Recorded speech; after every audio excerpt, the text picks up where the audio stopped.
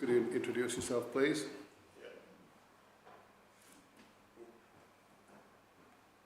Thank you, Chair. I'm a councillor, Mohan Sokal, Greenhead Ward. I'm Councillor Carol Patterson, Greenhead Ward. Councillor Moses Crook, Home Valley South Ward. Councillor Andrew Pinnock, Cleckheaton Ward. And my name is Councillor Eric Firth. I've got the privilege of chairing this meeting today. And on my right and left are our officers that are supporting us, legal, planning, clerk and highways. We have, if anybody's seen the agenda, I've already been appointed chair for this meeting. I've introduced the rest of the committee, so can we go to item 3, minutes of the previous meeting, and can I take that as a true record? Moved and seconded. Thank you. Item 4, declarations of interest and lobbying. Councillor Sokal. None, Chair. Councillor Patterson. None. None, Chair. None, Chair. Councillor Pinnock. None, Chair. And nor have I. Admission of the public. The public are welcome. Item 6, question time. Are there any questions? No public questions, Chair. There are no questions.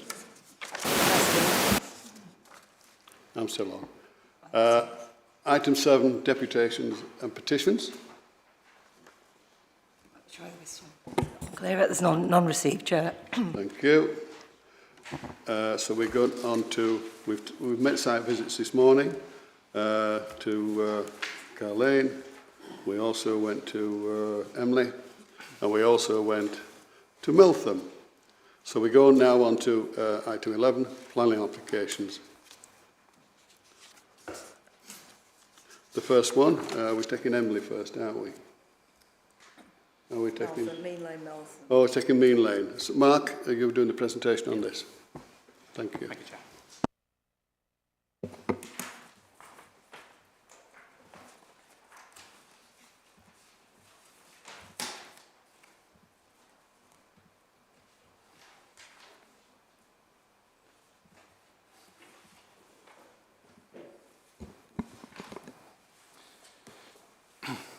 The item before the committee today is not a plan application, but is a definitive map modification order application. I'm a definitive map officer at Kirklees Council, and my name is Mark Drydale.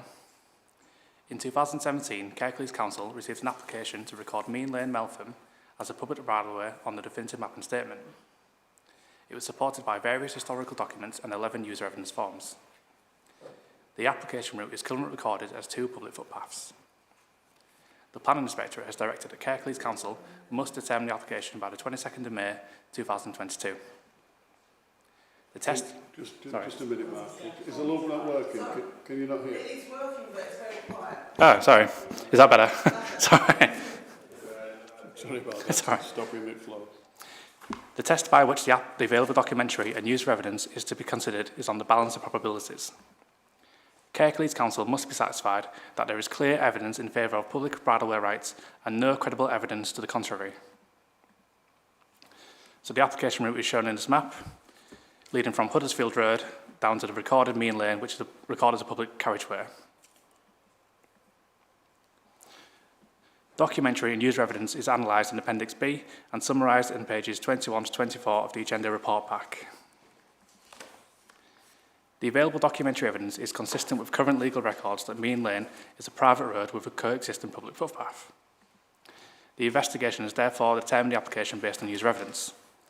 The user evidence was analysed under Section 31 of the Highways Act 1980 during the relevant period of 1997 to 2017. The 2017 date is based on the date when the application was received. The user evidence has been tested and is of sufficient quality, quantity, to raise the initial presumption of deemed dedication of a public right-of-way. There are indications that a gate at Huddersfield Road was locked at some stage and some challenges to public use by adjacent property owners. However, there is insufficient evidence that the freehold owners of the application route demonstrated a lack of intention to dedicate a public right-of-way. The results of the consultation are provided on page 27 of the agenda report pack. The consultation was conducted in August 2023 for 28 days, based on the application to record a public right-of-way, and invited further submission of evidence. 3 adjacent landowners responded and completed a landowner statement form. 2 witnessed public use of the application route with horses. 1 adjacent landowner stated that they challenged users since 2011, erected signs and locked a wooden field gate in the evenings. Evidence of signs is not supported by photos, documents or by the users themselves. There is no substantial evidence of an overt act prior to 2017 which would have brought to the attention of the public to bring their use of the way into question. Even if an overt act did occur, it cannot demonstrate a lack of intention to dedicate on behalf of the landowner. Officers' recommendations and reasons are provided on pages 29 to 30 of the agenda report pack. Officers recommend that a definitive map modification order is made to upgrade 2 public footpaths to public right-of-way status over the full width of the application route, which varies between 3 to 10 metres, without limitations. Officers also recommend that the Council support confirmation of the DMMO. This is based on the available evidence which is considered to have met the balance of probabilities threshold and demonstrated that the application route subsists as a public right-of-way. Factors such as safety, suitability and wildlife are not matters that can be taken into consideration under Section 53 of the Wildlife and Concern Act. So this is the indicative map of what would be recorded on definitive map as a public right-of-way. And it shows public right-of-way between points A to B, and the width of the right-of-way is shown by the pink shading. In conclusion, members are asked to select from one of the 3 options listed on page 20 of the agenda report pack. The first option is to record a public right-of-way based on the officer's recommendations and reasons. Members are also asked to authorise the confirmation of an unopposed DMMO, authorise the submission of an opposed DMMO to the Planning Inspectorate, and decide whether Kirklees Council will actively support confirmation of any DMMO, which the officer recommends. And that's it, Councillor. Thank you. Thank you, Mark. We have 3 speakers.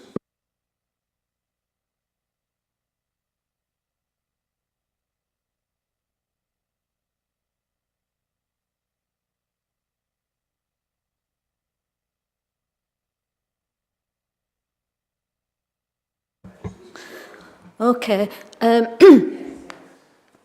Sorry, my name's Anne Jarvis. I live at 223 Huddersfield Road, which is at the eastern end of the footpath. And we've lived there since 2011. And I suppose included in Mr Drysdale's report is that there's many statements saying that there's no evidence that we've ever tried to interrupt that. And throughout the report, it talks about it being used without interruption, whereas there is lots of evidence that we have prevented people using it as a bridle way since the day we moved in. We have had a locked gate. We've had a locked gate there since 2012, and we've got photographic evidence of that. I have to say it isn't always locked, but at the times when we had trouble with the horse riders coming down, it was locked, and there were many arguments about it being locked, and the horse riders are fully aware of that. But they've not mentioned that in their witness statements. I don't know which horse riders you've interviewed, so I don't know. And I think it says about the freehold, there's a bit where it says we don't have the same rights as the freeholder, but if we had challenged, there has to be sufficient evidence that this message was clearly given. Every horse rider who's ever driven past our house while we've been in have been told they are not allowed to come down here, and we have asked them to turn round, and we've locked gates, and we've made it clear that it's not a bridle way, it's a footpath. And we've done that for the last, well, between 2011 and 2017, definitely. Also, in terms of the landowner, Quamby and Sykes, he evicted the people from the stables in 2012 and asked them not to use that route anymore. Mr Sykes is dead now, so I don't have any evidence of that, but there is evidence that he did evict them from the stables, and they had to move further up and apply to a field that they did own and apply for planning permission to build different stables. And at that point, it was made clear by Mr Quamby, it was made clear by Mr Quamby, who was the landholder, that he didn't want horses using that route. There's just the three things about secrecy and force. We put a big gate with a little gate, and that little gate has been smashed to pieces twice overnight. So that's evidence of force being used to use the thing. And there's 4 police, there's 4 incidents where the police have been involved throughout that time period that prove that we have challenged people, resulting in police being called. So there is lots of evidence that we have made it clear it's not a bridle way. Thank you, Mr. Jarvis. Can I call Mark? Do you want to? Sure whether the points that I've raised are because I was more concerned about who's going to be responsible for the upkeep if it is dedicated as a bridle path, and the safety, health and safety aspect. They've already had 1 horse killed at the end of our driveway. It's a 40-mile-an-hour road limit, speed limit, and there's been 2 new housing estates built either side of the footpath since this application was put in. So therefore, the traffic has increased exponentially. And as I say, 40 mile an hour, but we watch cars going down there. It's at the bottom of the hill, and the chances of them doing 40 mile an hour is only if there's a police car around. And that was about it, really. You know, it was like, who is going to be responsible for this? Who's going to look after it? It's going to destroy the footpath for the people, when there's already a safer route for the horse riders to use down Meltham Greenway, which brings them out onto Huddersfield Road or at the other end, Morrison's in Meltham. So they've got plenty of routes to use anyway without destroying what is left of the public footpath, which is used on a daily basis by loads and loads of walkers from all over the country. I've had people from Liverpool, Manchester, Birmingham, London, all coming to use the footpath to go look at one of the local waterfall, which is a bit of a tourist item. And that were my concerns more than anything else. We've already stated that we have, you know, restricted use to pedestrians only, ever since 2011 when we first moved into the house. And that the only reason that they'd been using it as a bridle path was that the original builder of the stables owned the property that we now live in and allowed people to do exactly what they wanted to do.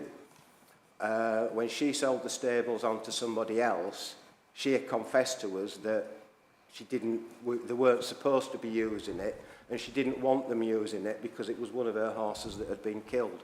Whether there's been any other accidents, I'm not aware of. That was the only one that I could get evidence from the police from.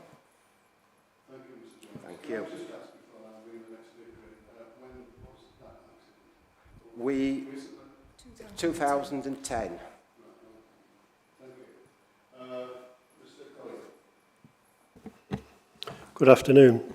My name is Mark Corrigan. I've been a resident of Meltham for over 40 years. I am employed by the British Horse Society as an access field officer for Yorkshire. I'm the current chairman of Kirklees Bridleways Group and a committee member of the National Federation of Bridleways. I'm associate member of the professional organisation, the Institute of Public Rights of Way. I'm the applicant for the definitive map modification order. The law requires only that on the balance of probabilities, is it more likely than not that highway rights exist.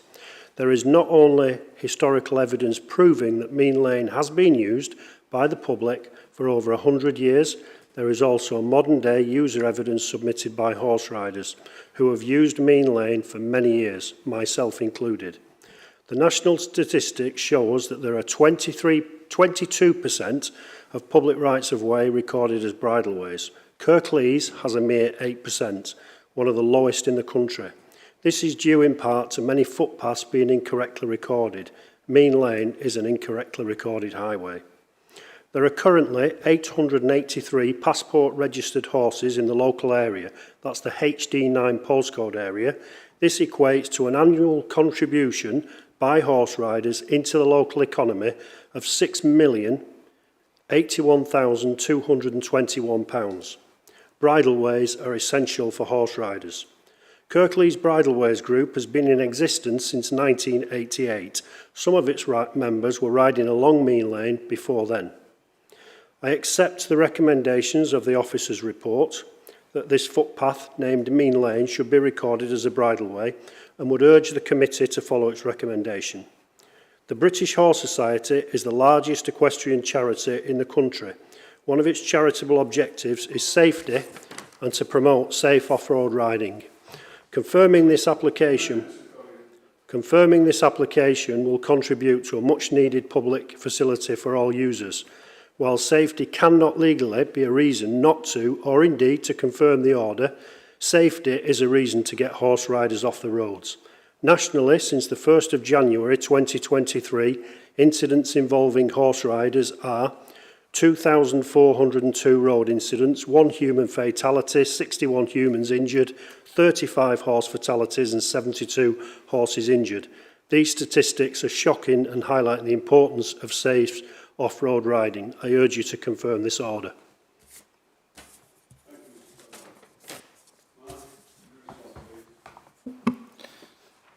First I'll respond to Mr Jarvis's points regarding responsibility for upkeep.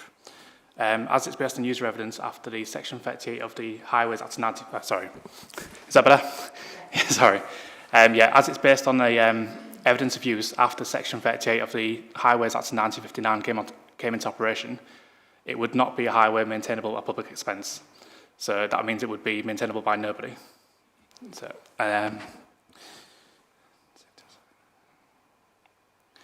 with regards to the use by the stables, I conducted a witness questionnaire and I specifically asked the users that have presented evidence whether they only used it to access the stables. And some did, and some said they didn't. And I've modified the user evidence to take that into account. In response to Ms Jarvis, in the report I have mentioned that there is some evidence of challenges to use since 2011, and some evidence of Lockgate which some users have encountered. I think the main point was that it's not been brought to the public overall to their attention. It's sufficient to bring it into question.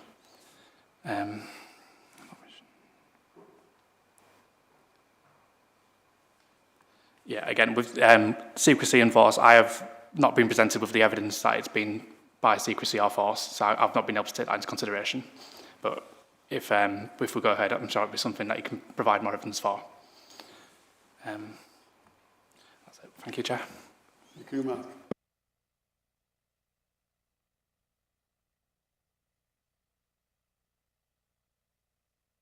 I just want to ask the question, Chair, to officers. Yeah.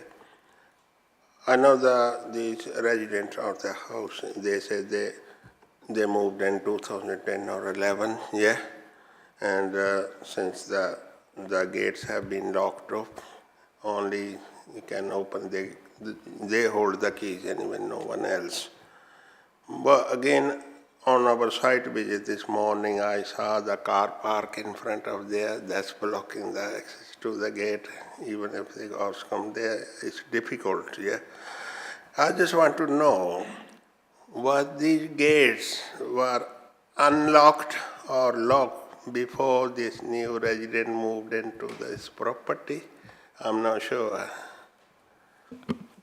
Based on the evidence I have from users, they've said the gate was open, but it was in a different position in 2006.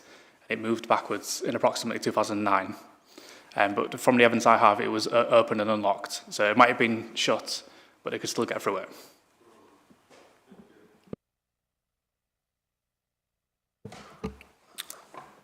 Thank you, Chair. I have some concerns about this because not necessarily about the conclusion of the evidence, but what are the consequences of us making an order that this should be a public right-of-way. We've already heard from the residents of 223 Huddersfield Road that there could be an issue in relation to them and users on horseback. I'm not quite sure how to get round this because the evidence that's put forward in the report, taking on the balance of probability, is that we could designate this as a public bridleway, but I'm concerned about the consequences of doing that, and the consequences to the residents, and I don't know whether there are any legal means of us being able to do something about that, because quite clearly, if there is a need, and I'm not quite sure that about the level of demand, if there is a need for this to be designated as a public bridleway, then I would have thought, have got to ensure that it can be traversed in safety. And if there's any doubt about that, or if there's likely to be an obstruction, like a parked car, for example, then we are creating trouble, or we are potentially creating trouble. But put it that way, choose my words more carefully. And really we should not be doing that.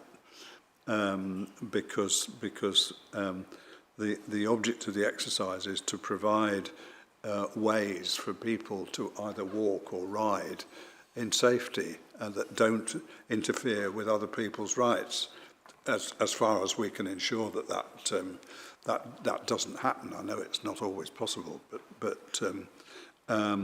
so I'm a bit concerned about this. I'm not sure I would go so far as option 3. It's somewhere in between.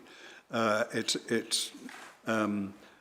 to see if there's any way we can ensure that we can designate this bridleway without causing inconvenience to others.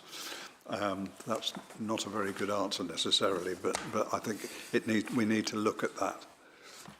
Mark, can you respond? Yeah, thank you. I appreciate your concerns, but we can only take into account the actual evidence that is being presented. So it might be in the future, once we make a dimmer mode, we can actually take into account safety aspects and signage, anything we can do to actually make users aware of the 40 mile per hour road. But at this stage, we can't take that into consideration. So it's something we can look to later on.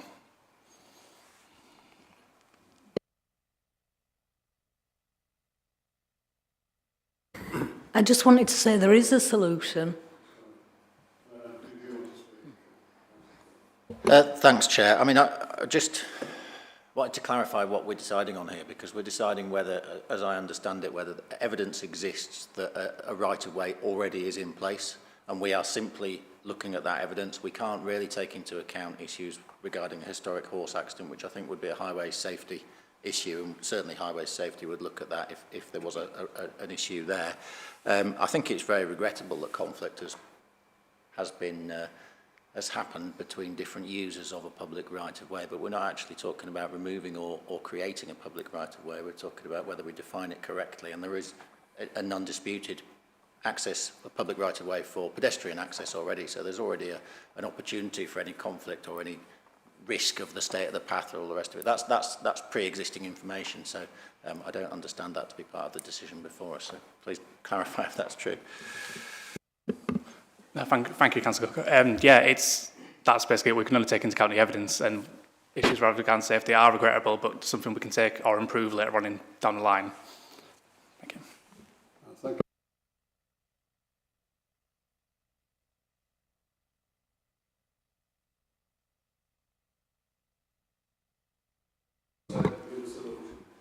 There is a solution, which people are using now. They don't come past our house on the horses at the minute because they're waiting for the outcome of this hearing. What they do is they come so far down and then go along Meltham Greenway, brings them out on exactly the same road safely. And they could do that. So you could make it a bridleway as far as Meltham Greenway, just down to Meltham Greenway, and then from Meltham Greenway past our house, not a bridleway.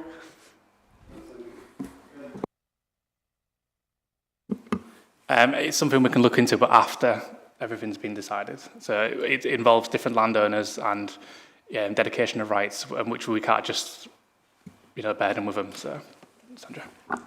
Legal Sandra Haig. Today's decision has got to be on the application as made and the evidence, as Councillor Crook was saying, anything different, but today's decision is on that application only. I was going to say that, Sam. Yes, So, thank you. Clearly,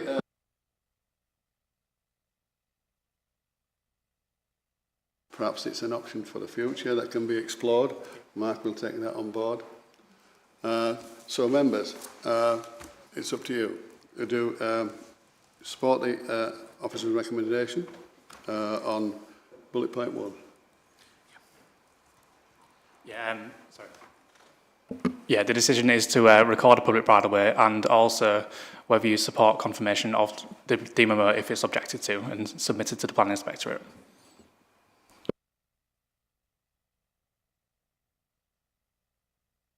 Let's have a look, let's get this right. That's the recommendation, yeah.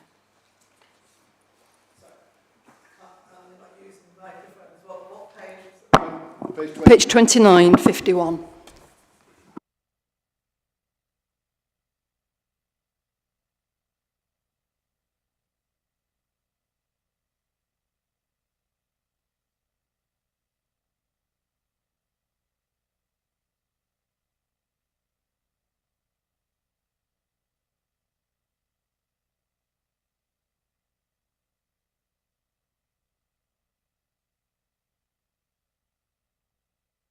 Mark, all in favour?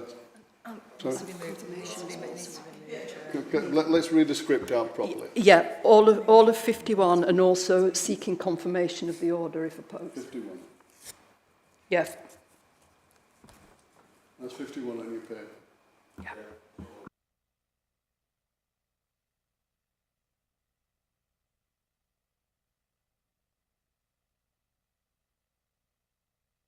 Favour?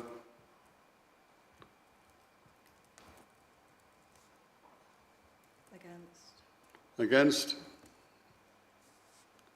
Thank you, that recommendation is carried. Chair. You're abstaining. Yes. So thank you, that's carried. So we go on to the next item on the agenda. Item 13. Mark, you're on again. Yeah, thank you, Councillor. I'll get close to the microphone this time. So in 2017, Kirklees Council received an application to record a public footpath on a definitive mapping statement leading from Liley Lane, Bellstring Lane to join a recorded public footpath, which is known as Kirklees 20, and this section is referenced as Part A. The application was supported by 61 user evidence forms in total and various historical documents. The planning inspectorate has directed that Kirklees Council must determine the 2017 application by the 14th of January 2020. The test by which the 2017 application is to be considered is whether it is reasonable to allege that a right-of-way subsists. If there is a conflict of credible evidence and no incontrovertible evidence that a way cannot be reasonably alleged to subsist, then the council should find that a public right-of-way has been reasonably alleged to subsist. So Part A is shown by this yellow highlight leading from Liley Lane, Bellstring Lane to Carmount. Is it not, is it not sharing? Sorry.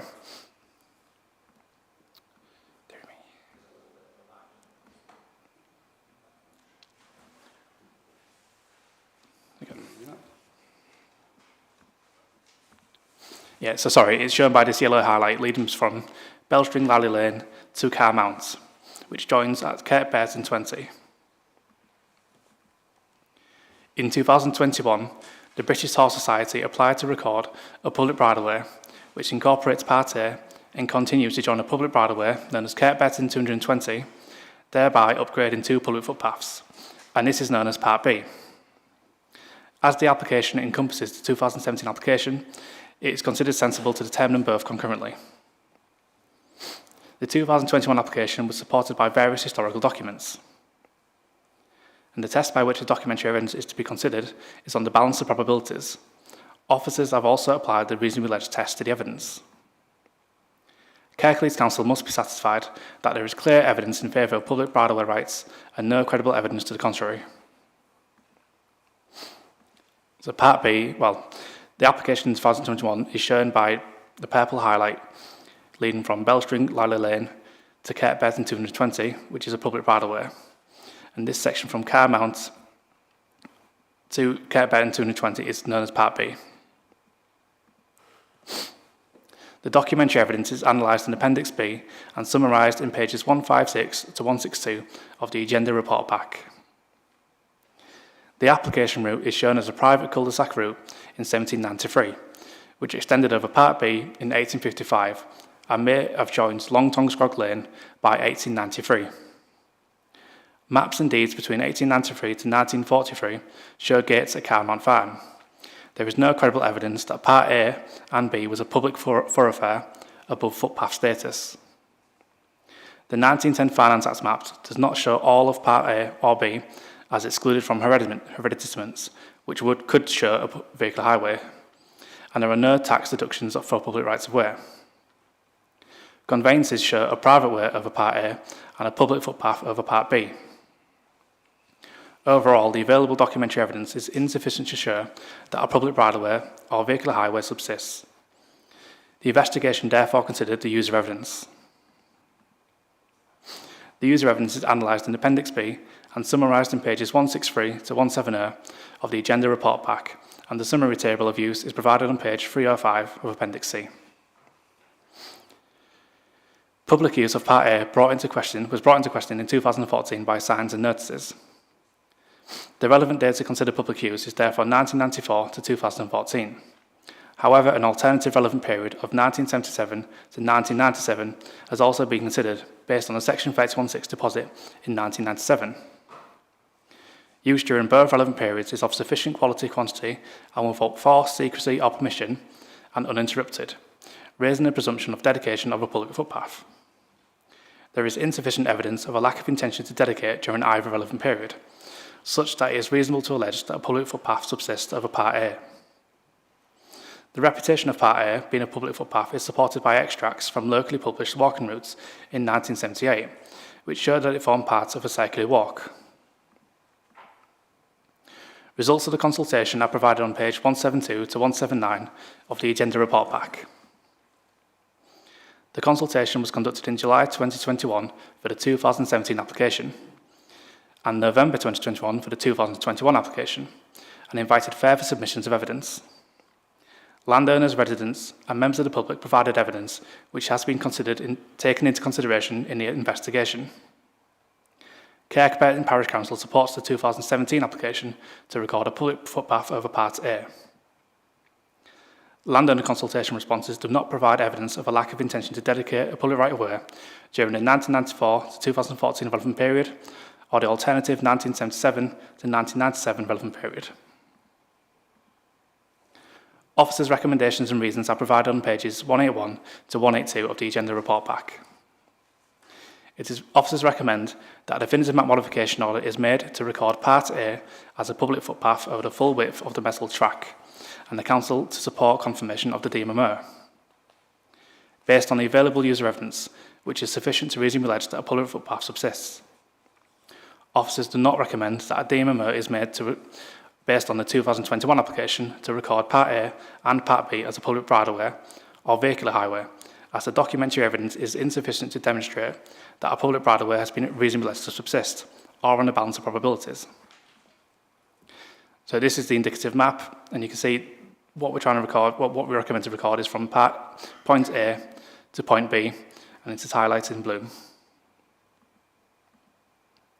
In conclusion, members are asked to select from one of the three options listed on pages 154 to 155 of the agenda report pack. The first option is to record Part A from the junction of Bellstring Lane Lally Lane to Kirklees 20 as a public footpath over the full width of the metal track, based on the officer's recommendations and reasons, which are set out on page 181 of the agenda report pack. Members are asked not to make a DMMO to record a right-of-way based on the 2021 DMMO application, which is option 3 on page 154 of the agenda report pack. Also see pages 181 and 182 for recommendations and reasons. Members are also asked to authorise the confirmation of an unopposed DMMO, authorise the submission of an opposed DMMO to the Planning Inspectorate, and decide whether Kirklees Council will actively support confirmation of Edema Moor to record a public footpath, which the officer recommends. See pages 155 and 182 of the agenda report pack. Thank you, Chair.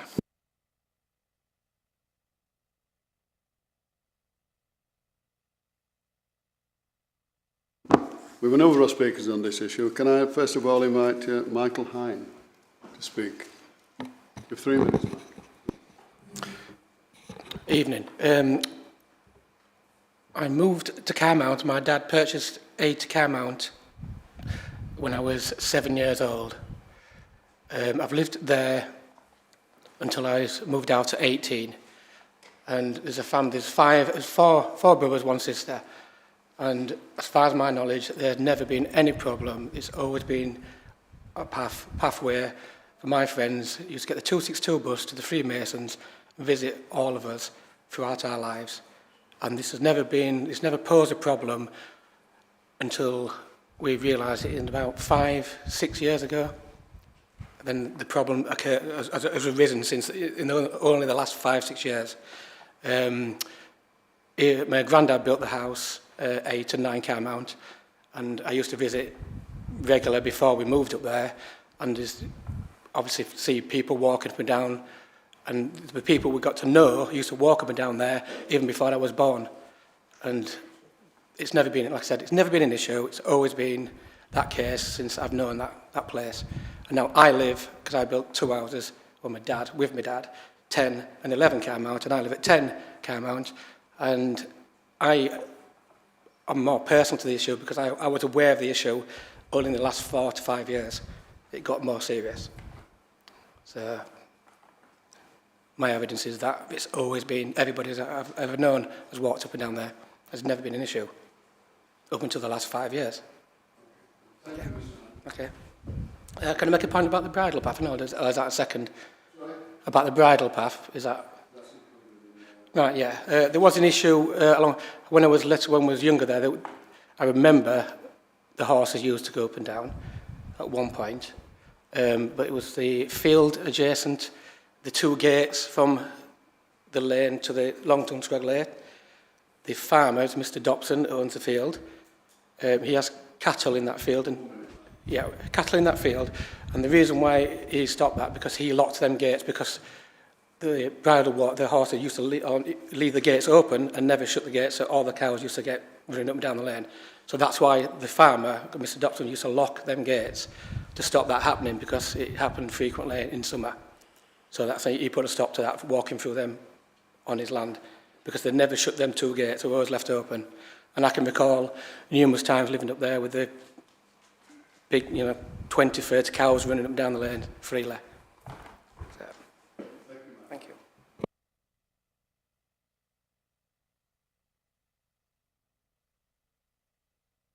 No, my dad's not here today because my mum's really poorly.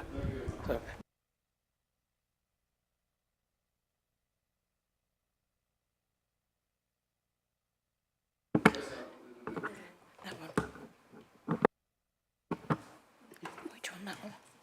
Hello, right, I'm here on behalf of number 2 and number 5 Carmount.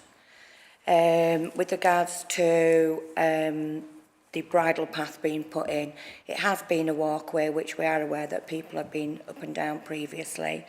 With regards to a bridle path, as the gentleman has just said it previously, the gates have been locked and we actually applied the gate, we put the gates in. Because previous people, before, we've lived there 26 years, and previous people that were coming up and down, cyclists, motorbikes, everything else, were leaving the gates open. So the farmer, which is John and Marion, who owned it, allowed us to put a gate in and lock it so that when we were riding through, we would automatically get off the horse, let ourselves through and lock the gate behind us. Coming off the Liley Lane, we have horses. It's a really dangerous road. It's a 40-mile-an-hour road to get access on and off to it. So we have had previous problems. The only other problem we've got as well is the road is only wide enough for 1 vehicle width. So when we're riding up and down on the horse itself, we have to pull in, or the vehicles have to reverse all the way back into a pull-in to allow access. And that's for us that actually live there. So if you've got numerous horses coming down, it's going to cause so many problems for vehicles coming up and down using the lane. I mean, we've got a residence of about 8 properties down there with about 20 vehicles that are using that lane on a daily basis. On there. We've got tractors coming up and down. We've got bin vans that are coming down. There's nowhere for them to turn round. We sometimes have to open our electric gates to allow the vehicles to turn round to have access on there. Also, who's going to maintain it? Because we have problems with walkers, with dogs at the minute, leaving empty dog bags, dirty bags on the walls, on the paths, on tree branches, which we are countlessly going out and cleaning up. We've got dogs that are running loose, that are chasing the livestock that we have. So that's why we're opposing it. Thank you.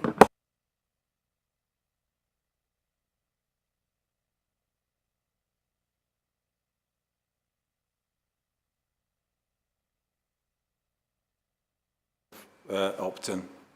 I've used that path with my wife, myself, for the last 30 years. And then after a series of complaints from the public assessing car mount around 2017, it was decided by the local community to approach Kirklees rights of way to have car mount added to the definitive map. This hopefully will put a stop to the harassment people were experiencing when using this route for access to and from Houses Hill and Kirklees.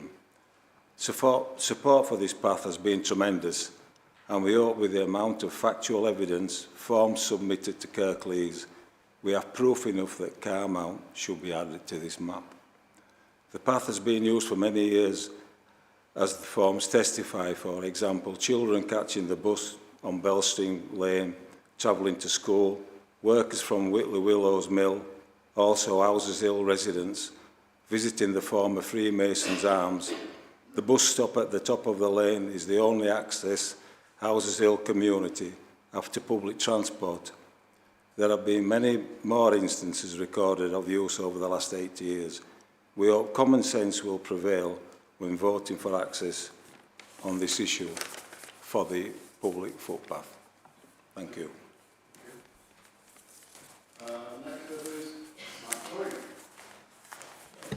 Thank you, Chair. Private road is an ambiguous term often misused to deny public status. The word private is notoriously misleading. According to Colin Seymour, a leading authority on ancient highways and enclosure awards, the word private can mean a road that's contained within the township that does not form part of the Great Highway, which is infinite and leads from sea to sea. In other words, the road is private to that place. These roads are usually owned by the inhabitants, not the adjoining owners. These roads were often repaired by the inhabitants. In essence, they were no different from the public highways, the public of the liability being a class of the public. The Highways Act 1862 allowed such roads to be repaired by the inhabitants in return for the use thereof as public highways. The lane showed no ownership during my research, indicating an ancient public lane, not a private lane. The officer report notes on page 26/93, the authentic map directory of South West Yorkshire, and I quote, "The introduction says the purpose of the map was to name all but the small, less important thoroughfares. This map shows a cul-de-sac route over Part A, but no route at all over Part B, as shown in figure 26. The importance of this directory is that it was produced with the assistance of the municipal and district surveyors. We could therefore deduce that the surveyor thought that this a less important, but nevertheless a road. The 1903 Cassini sheet 110 shows an unmetalled road, not an unmetalled footpath. The 1 to 25,000 administrative boundaries map 1947 shows a fenced and unfenced fenced B class of road, not a footpath. The very first old series Ordnance Survey map surveyed from 1805, published in 1843, appears to show a through road.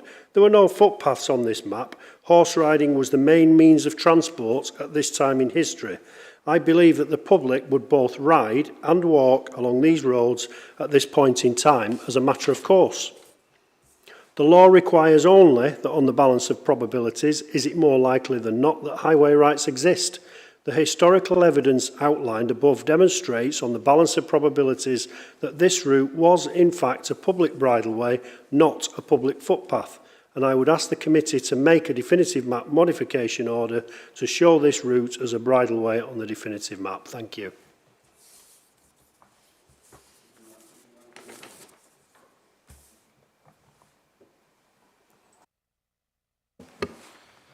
Yeah, just in response to Michelle Thompson, with regards to who's going to maintain it, although it doesn't form part of today's decision, it would not be a highway maintainable public expense.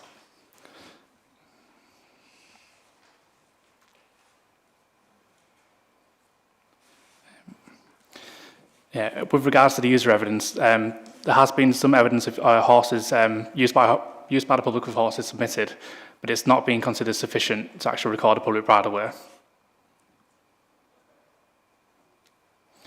And with regards to Matt Corrigan and the term private road, we are aware that the term is up for debate, but there is a leading case law known as Dunlop 1995, which states a private road means private, and a public road means private. Public road means public.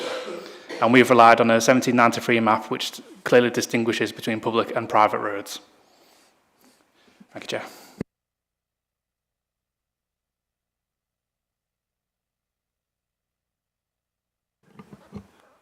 Thank you, Chair. I'd just like to get one thing straight here.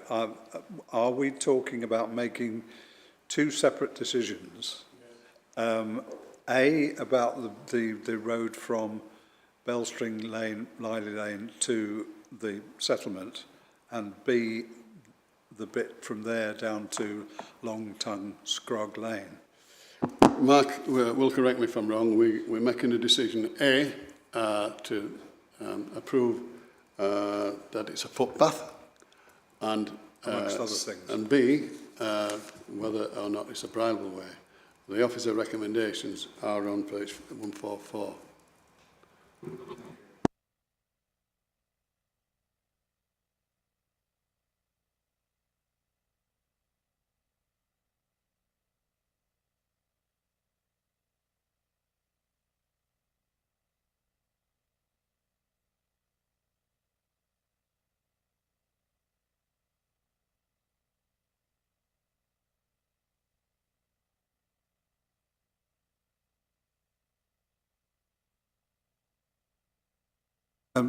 Can I just therefore suggest we take two separate votes on, unless you were going to suggest that already, but clearly there are two separate issues that we need to.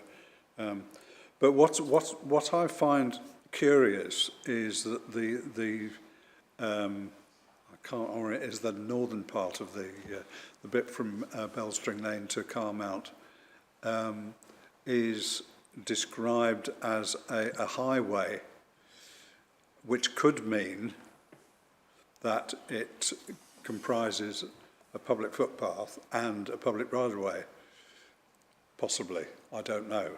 But is public highway a designation that public rights-of-way officers recognise, and what does it mean? Yes. So the term highway encompasses all types of rights of way, so it would be footpath, bridleway, restricted byway, or byway open to all traffic, and also vehicle highways, but they are otherwise known as public carriageways.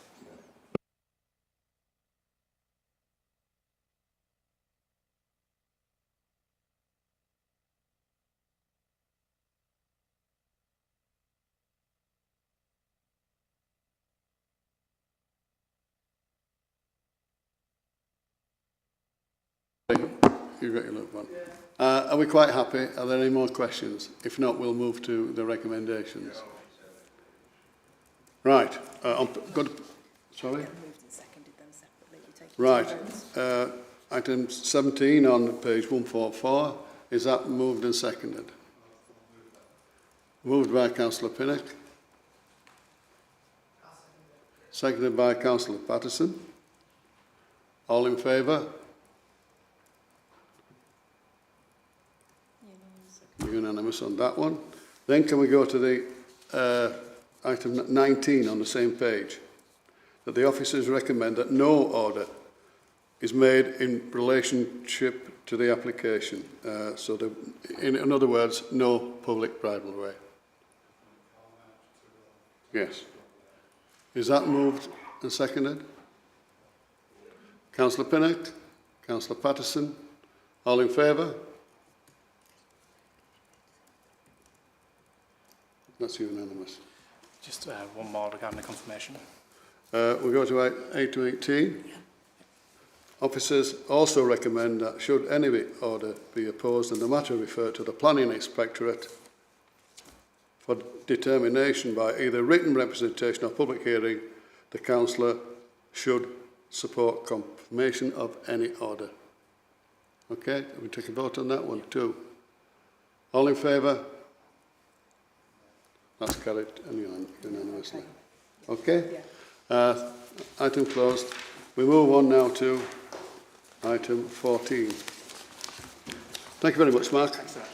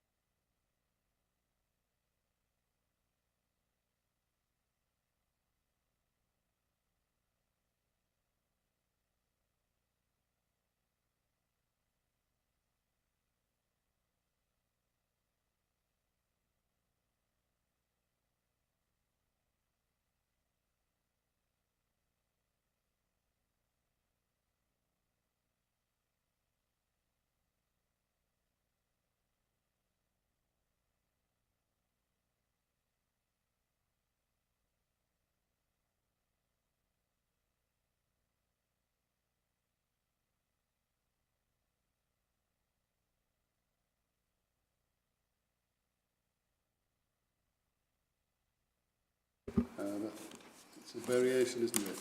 Yeah. Thank you, Chair. Good afternoon, members. Ellie Thornhill, Case Officer for this application. The application is a Section 73 variation of condition application for Condition 1, the plans, 2, crime prevention and 15, permitted development at Greenacres Close in Emily pursuant to Reserve Matters Approval 2021/93286.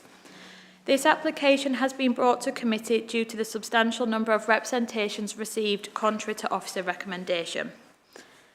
Here is the site. So access has been approved via Wentworth Drive and the site has permission for 41 dwellings. Just for context, Emily Cricket Club is situated to the north east and the Millennium Green is to the south of the site. The amendment sought to slightly modify the house types from a Barrett-style home to newer homes. The purple dashed lines that you may be able to see on the plan showed the slight changes to the plots over the site layout, over and above the site layout that was approved at Reserve Matters. The number of units would remain the same at 41, but there would be a slight variation with the house mix proposed, resulting in 2 extra 3 beds at the loss of 2 4 beds. However, this change would accord with the Council's housing mix SPD and is considered acceptable by officers. Here are some site photos. So as you can see, work has begun out on site. So this is the access that has been created. And then this is just a temporary prow, a diversion to the prow that runs diagonal through the site, just to allow for construction work to commence and progress. Here is the new amended site layout. As mentioned, this is broadly in keeping with what has already been approved. There would be no changes to the internal highway as part of this application. The bowl stripe net, which was approved along here, would also remain the same.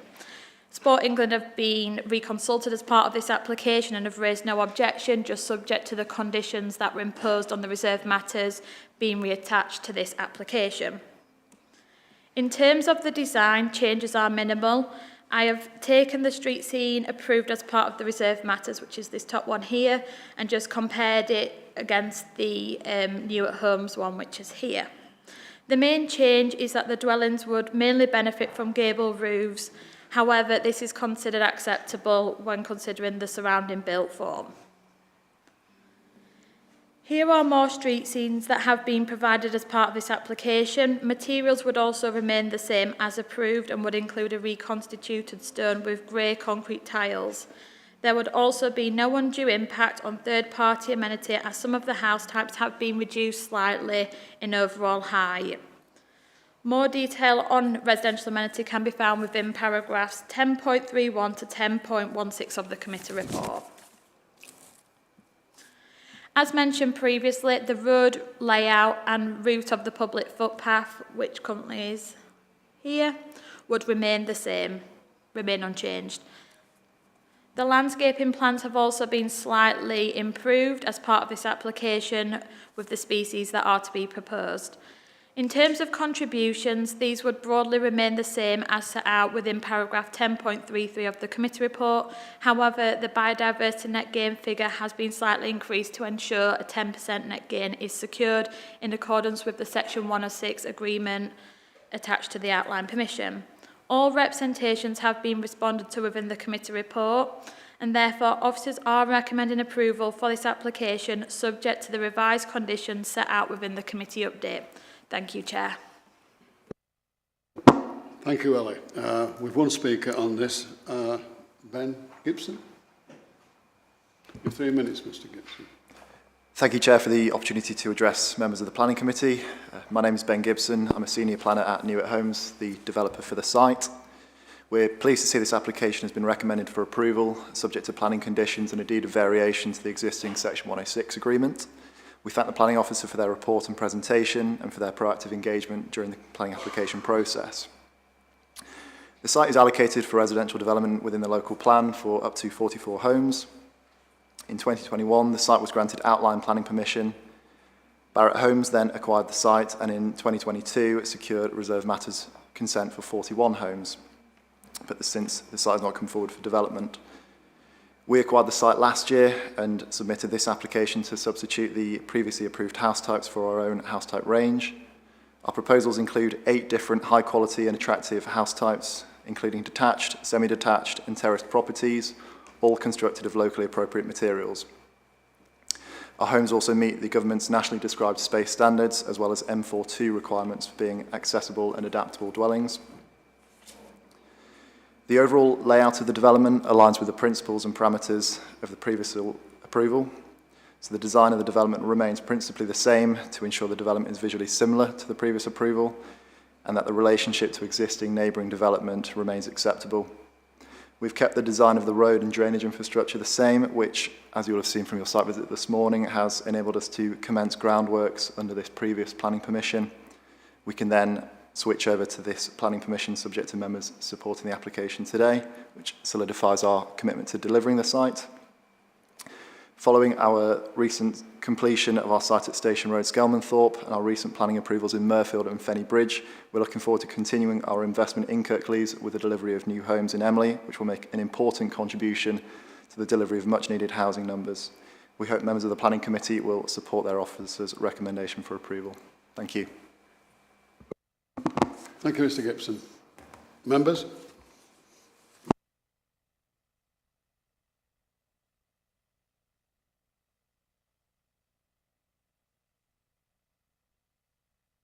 Officer recommendation. Councillor Pinnock. Thank you, Chair. Yeah, generally I support the application. I won't second it yet. But I have a couple of queries. And one of those is in section 8.1, where there's where it's asking the council section 38 team to remind them about 22-metre forward visibility distance. And it doesn't really say what that's about. I'd just like to know what that's about, please. The other one relates to condition 14, the construction environmental management plan.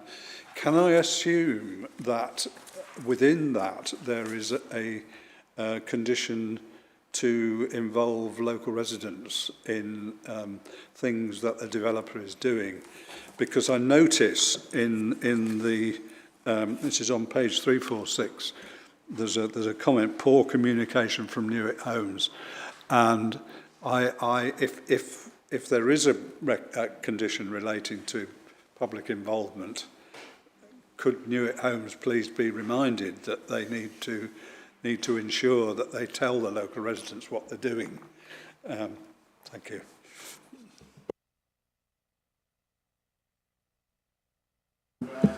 Yeah, give me something to say, won't you? Yeah, Councillor Pinnock, the visibility issue you referred to is the forward visibility within the internal layout of the property. That's come out as part of the Section 38 technical approval process, that they have to demonstrate 22 metres around the bends. And I think one of the plans you showed, Ellie, actually did have that forward visibility. Yeah, okay. So it was part of the Section 38 technical approval process. Yeah, through you, Chair. So just in terms of condition 14, which is the construction environmental management plan, the KEMP, we have recently discharged this condition, and that did require public engagement. I can give a quick summary of the public engagement that was undertaken if you'd like, but yeah, it has been done. So I'm just reading kind of a bit of an extract, if that's okay, Chair, from my discharge of condition report. So it just says the plan, as in the KEMP, clarifies that neighbours have been contacted by means of letter drops prior to commencement and will be communicated with as the project develops. Responsible persons have been identified and contact details shall be displayed to the public, for example, at the site entrance. A complaints procedure is included within the submitted plan, confirming response times and record keeping. The applicant's submission also includes details of public engagement undertaken with local residents. This included a letter drop to 60 to 70 properties located on Wentworth Drive, Wentworth Avenue and Greenacres Close. An email was also issued to all councillors to notify them of the construction works. Thank you, Chair. The officer's recommendation has been moved by Councillor Sokal, seconded by Councillor Crook. Members?